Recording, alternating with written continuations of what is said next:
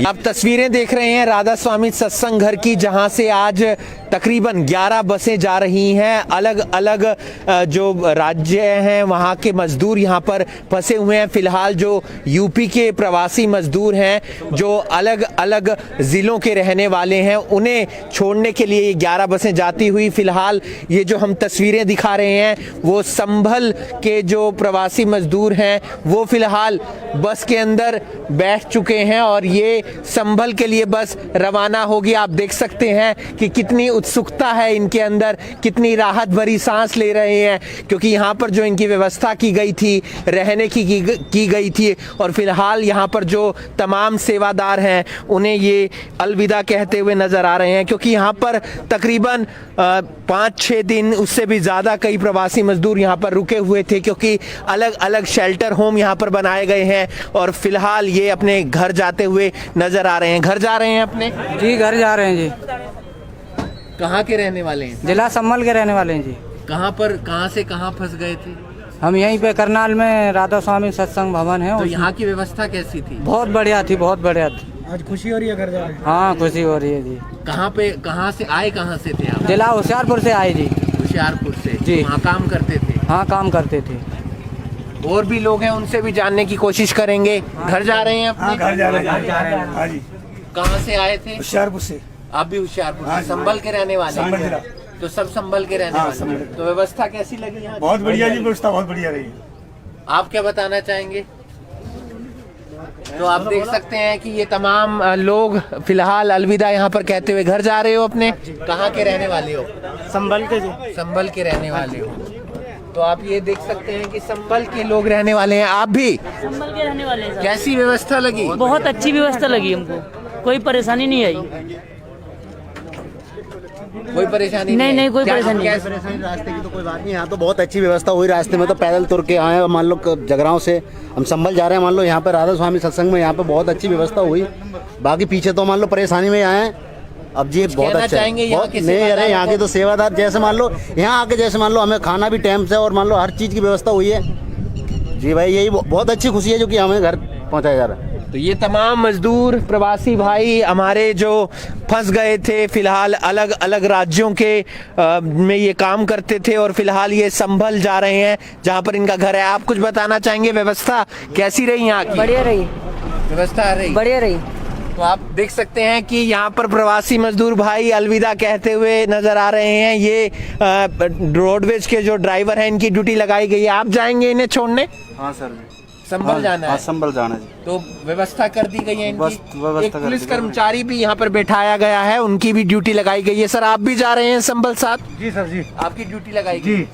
तो आप देख सकते हैं कि एक पुलिस कर्मचारी है, रोडवेज के ड्राइवर हैं, कंडक्टर हैं और संभल आप देख सकते हैं ऑन गवर्नमेंट ड्यूटी संभल। ये संभल बस जाएगी। ऐसी तमाम बसें संभल के लिए, सहारनपुर के लिए, शामली के लिए और बागपत के लिए चलाई गई हैं। इनकी यहाँ पर स्क्रीनिंग की गई है, खाना खिलाया गया है और साथ में खाना दिया भी गया है ताकि रास्ते में अगर इन्हें भूख लगती है तो फिर ये खाना खा सकें, क्योंकि बस सीधा इन्हें संभल में जाकर उतारेगी।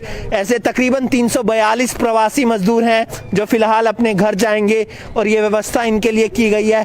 पूर्व विधायक हमारे साथ कबीर पंथी जी भी मौजूद हैं, उनसे भी जानने की कोशिश करेंगे। तो प्रशासन ने इनके यहाँ पर रहने की व्यवस्था की थी, फिलहाल ये घर जा रहे हैं। काफ़ी दिन से यहाँ पर ये रुके हुए थे और जिस तरह से आज इनके चेहरों पे खुशी है और धन्यवाद करने हैं सभी राधा स्वामी सत्संग भवन का। एक परिवार का एक ऐसा वातावरण इनको दिया जिसमें इन्हें किसी तरह की कोई परेशानी नहीं, लेकिन आज सभी अपने घर जाएंगे और काफ़ी दिनों से परेशान थे, इधर उधर घूम रहे थे, लेकिन यहाँ पर रखकर इनको अच्छा स्थान दिया, अच्छी इनकी व्यवस्था दी, आज ये खुश हैं। तो राहत की बात है इन प्रवासी मजदूरों के लिए, क्योंकि एक खुशी होती है जब भी घर जाने का मौका मिलता है और ऐसी सिचुएशन में जहां पर देश इस समय संकट की घड़ी में है, लॉकडाउन के चलते लोग परेशान हो रहे हैं। लॉकडाउन के चलते परेशानी सभी को हो रही है, लेकिन ये प्रवासी मजदूर अलग अलग राज्यों के अंदर, कोई पंजाब के अंदर, कोई उत्तराखंड के अंदर, कोई अगर बात करें हिमाचल प्रदेश की तो वहां पर काम करते थे। ये जो बसें हैं आप देख सकते हैं कि 11 बसें हैं रोडवेज की, सबकी ड्यूटी लगाई गई है। किसी बस के बाहर आप देख सकते हैं कि Saharanpur on government duty Saharanpur, यानी कि वो बस जो है वो सहारनपुर जाएगी। किसी बस के आगे आप देख सकते हैं ऑन गवर्नमेंट ड्यूटी शामली, तो वो बस शामली जाएगी। ऐसे 11 बसें हैं जो आज चलाई जा रही हैं।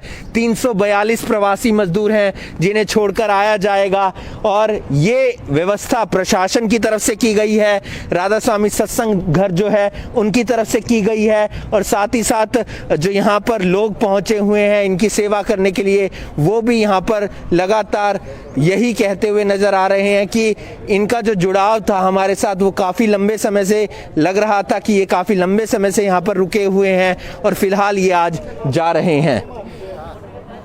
हम आपको उन कोरोना योद्धाओं से भी मिलवाएंगे जो लॉकडाउन की सिचुएशन में इनको अपने घर छोड़कर आ रहे हैं। सभी ड्राइवर भाई हैं, कंडक्टर भाई हैं जो फिलहाल लॉकडाउन की सिचुएशन में इनकी ड्यूटी लगाई गई है कि आप बस चलाकर इन्हें इनके घर छोड़कर आएंगे, इनकी डिस्ट्रिक्ट में छोड़कर आएंगे।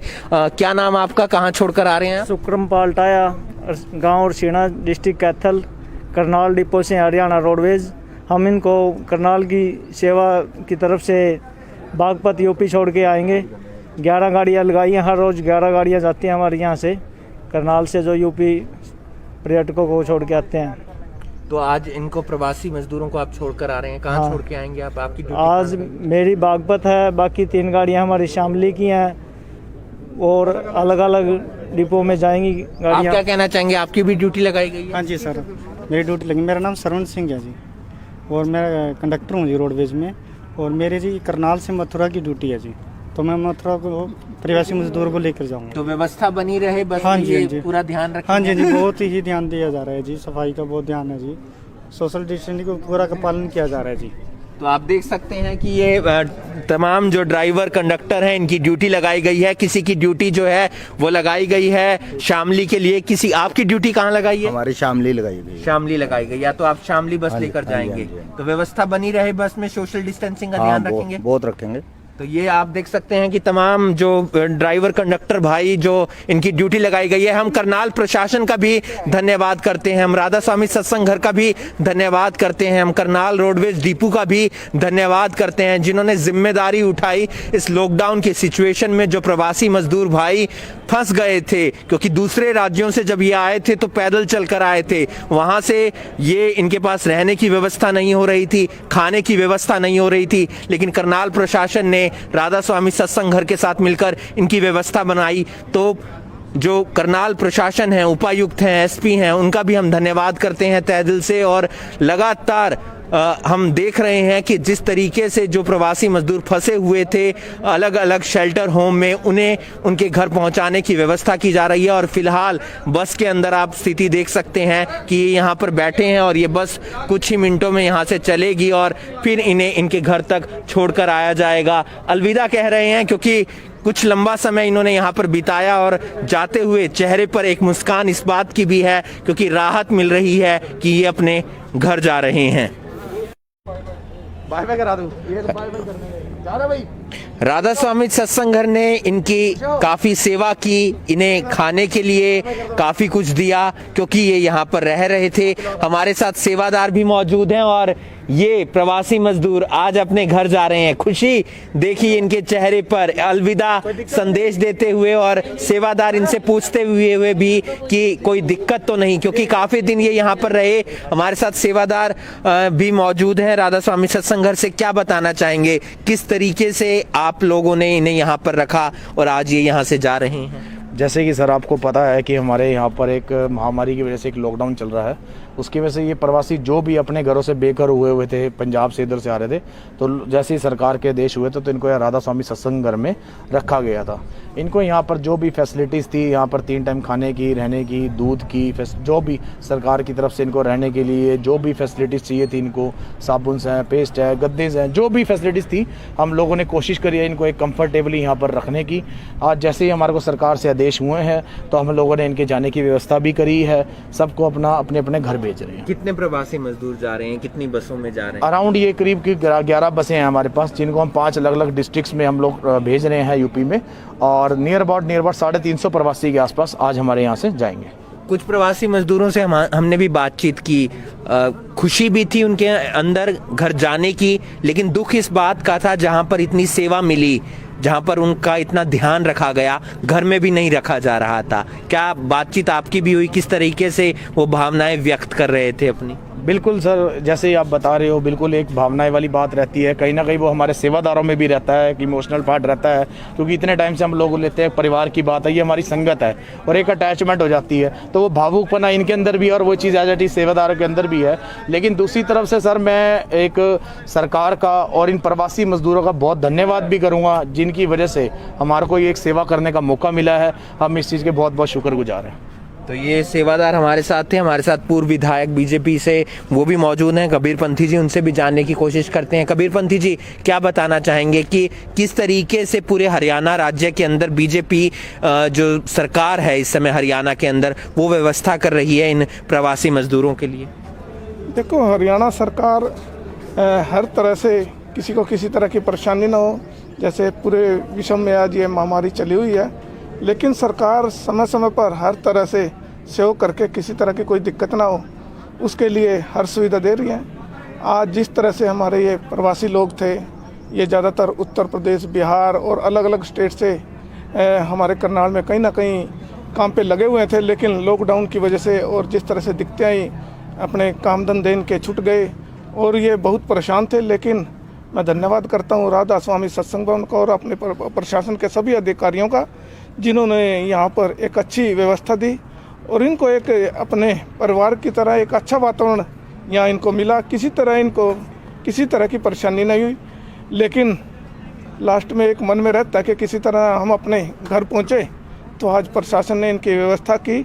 हमारे सांसद महोदय संजय भाटिया जी इस काम पर लगातार वो पूरे अपने इस ज़िले को बड़ी बारीकी से देख रहे हैं। कोई भी ऐसा सड़क पे कोई किसी तरह का कोई लोग, जैसे देख रहे हैं आप समाचार के माध्यम से या मीडिया के माध्यम से, जिस तरह भी लोग आज सड़कों पर अपने अपने घरों में जाने के लिए पैदल निकल रहे हैं, लेकिन इस तरह की कोई दिक्कत ना आए, उनको एक अच्छा स्थान मिले, उनको रोककर और अच्छी व्यवस्था से बसों के माध्यम से, जैसे देख रहे हैं आप, आज 11 बसें आज यहाँ से जाएंगी राधा स्वामी सत्संग घर से, जिसमें लगभग उत्तर प्रदेश के अलग अलग जिलों से लोग हैं। बिल्कुल प्रशासन की व्यवस्था है और तमाम आप देख सकते हैं, खुश हैं सब।